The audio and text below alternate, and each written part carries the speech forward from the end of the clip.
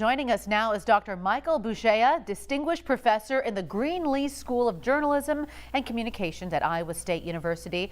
And Dr. Bugeja, the story shared claims to be satire from a satirical website, though you say that definition really is missing the mark in this case. There are so many different things that are missing the mark, it's hard to tell. First of all, this is not satire.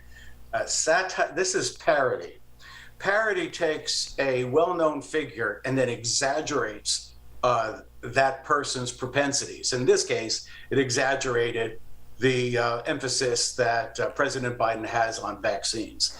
And a satire is entirely different. People say satire a lot, so they think it gets them off the hook. But satire is very difficult to write. Satire has a double meaning in everything it says. It says one thing, and it means entirely the other. That's satire.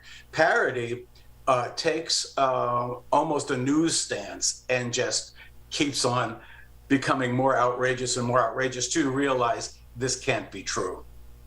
And it does seem recently, we'll say over the past 5 years or so, that the line between fact, opinion, and complete lies have really blurred here. So in an op-ed that you published today, you write, Americans are finding it hard to differentiate between news and opinion.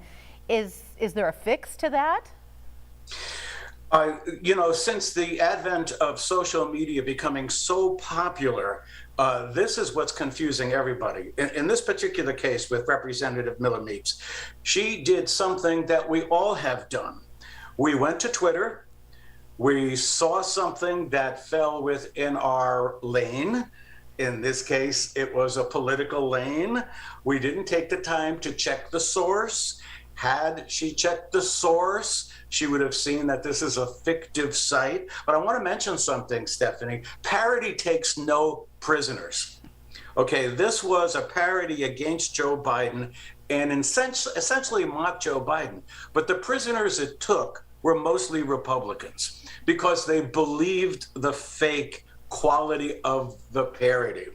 And in this case, not only speaking to Representative Miller-Meeks, but anybody who has a constituency, and that applies to me too, it applies to you, make sure you check the source. It's not sufficient to say, if true, this is outrageous, because I could say that to anything on Twitter and get away with it. No, if you represent people, and everybody's made this mistake, and I think she rebounded pretty well. But the fact of the matter is, when you represent others, I represent students, take the time to look at the source.